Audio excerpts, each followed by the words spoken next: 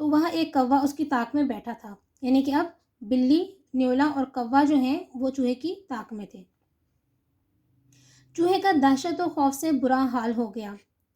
اس نے دل میں سوچا کہ اگر آگے بڑھتا ہوں تو بلی پکڑ لے گی، پیچھے بھاگتا ہوں تو نیولا دبوچ لے گا، اور اگر یہیں پہ ٹھہرتا ہوں تو کوا اچک لے گا۔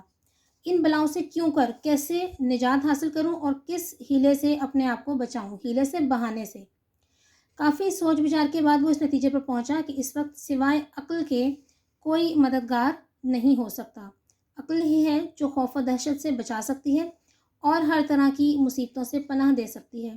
اس نے منصوبہ بنایا کہ اس وقت بلی سے صلح کر لینی بہتر ہوگی، کیونکہ وہ بھی مصیبت میں مبتلا ہے اور میری مدد کی محتاج ہے۔ صلح کر لینی ہوگی یعنی دوستی کر لینی بہتر ہے، کیونکہ وہ بھی مصیبت کا شکار ہے اور میری مدد کی محتاج ہے، ضرورت مند ہے، یعنی اسے بھی چوہے کی مدد کی ضرورت ہے۔ جس طرح مجھے اس کی مدد سے فائدہ پہنچ سکتا ہے، اسی طرح اس کو بھی میرے تعاون سے قید سے چھٹکارا مل سکتا ہے۔ یہ تھی ہماری عبارت۔ اب ہم سوالوں کے جواب دیکھتے ہیں۔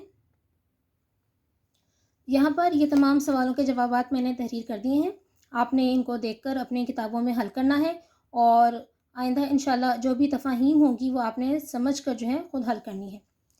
پہلا سوال دیکھیے، تمام درختوں سے بڑا درخت کہاں پر واقع تھا؟ تو جواب اس کا، تمام درختوں سے بڑا درخت شہر بردہ کے ایک جنگل میں واقع تھا۔ اب دیکھیں یہ جواب میں نے اپنے الفاظ میں لکھا ہے، اصل میں کتاب میں تفہیم میں یہ جواب جو ہے کسی اور طریقے سے موجود تھا۔ یہ دیکھیے یہاں پر ہم نے پڑھا تھا کہ شہر بردہ کے جنگل میں ایک درخت تھا جو اس جنگل کے تمام درختوں سے بڑا، گھنا اور تناور تھا، تو ہم نے اس کا جواب جو ہے اس صورتحال میں لکھا ہے مختصر کر کے۔ اس کے بعد دوسرا سوال ہے، چوہا کن کن خوبیوں کا مالک تھا؟ چوہا غضب کا عیار، حریص، زیرک اور ذہین تھا۔ مشکل سے مشکل مسئلے کو بھی چند لمحوں میں حل کر لیتا، بہانے بنانے، مکاری اور منصوبہ بندی میں بے مثال تھا۔ اس کے بعد تیسرا سوال ہے، شکاری نے جال کہاں لگایا؟ شکاری نے شہر بردہ کے جنگل میں موجود سب سے بڑے اور گھنے درخت کے نزدیک جال لگایا۔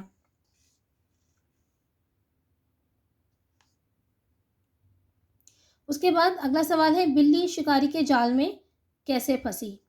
بلی شکاری کے لگائے جال سے بے خبر درخت کے پاس پہنچی اور جال میں بندھے گوشت پر منہ مارا تو اس کی گردن پھندے میں پھنس گئی۔ بلی پر نظر پڑتے ہی چوہے کا کیا حال ہوا؟ بلی پر نظر پڑتے ہی چوہے کا خون خشک ہو گیا اور آدھی جان نکل گئی۔ چوہے نے اللہ کا شکر کیوں ادا کیا؟ چوہے نے بلی کو مصیبت میں مبتلا اور پھندے میں گرفتار دیکھا تو اس کے دل سے شکاری کے لیے دعا نکلی اور اس نے خدا کا شکر ادا کیا۔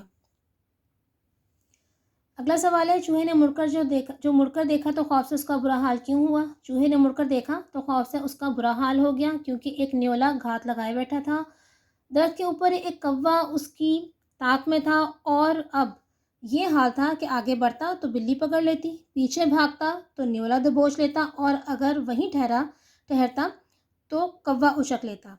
اگلا سوال ہے، مصیبت سے چھٹکارا پانے کے لیے چوہے نے کیا منصوبہ بنایا؟ مصیبت سے چھٹکارا پانے کے لیے چوہے نے منصوبہ بنایا کہ اس وقت بلی سے صلح کر لینی چاہیے، کیونکہ وہ بھی مصیبت کا شکار ہے اور مدد کی محتاج ہے۔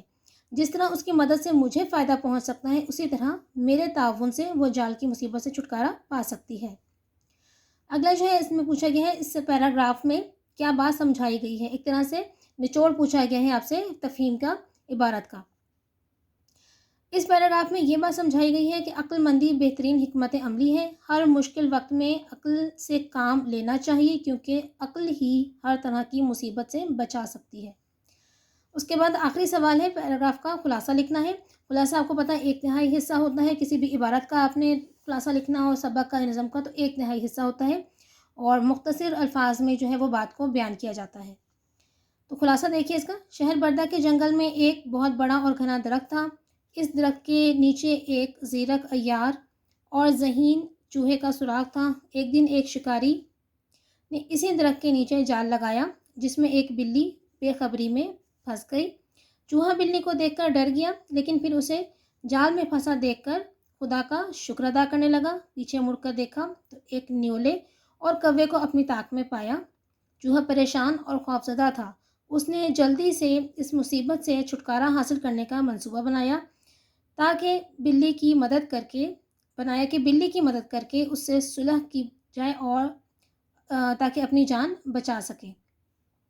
یہ تھا اس عبارت کا خلاصہ، اور 1/3 حصہ ہے۔ بہت سارے الفاظ کو نکالا گیا ہے، لیکن زیادہ تر الفاظ جو ہیں وہ تفہیم کے ہی استعمال کیے گئے ہیں۔ اب آپ نے یہ تفہیم جو ہے اس کو یہاں سے دیکھ کر اچھی طرح سے خوش خط آپ نے اس کو حل کرنا ہے اور اس طریقے کو سمجھ لینا ہے، تاکہ آئندہ جو بھی تفاہیم آپ کو دی جائیں، عبارات آپ کو دی جائیں، تو ان کے سوالات کو سمجھ کر، عبارت کو سمجھ کر آپ درست اور صحیح جواب جو ہے وہ دے سکیں۔ یہ کام آپ نے اپنی کتابوں پر خوش خط تحریر کرنا ہے۔ اگلے سبق تک کے لیے اجازت دیجیے۔ اللہ حافظ۔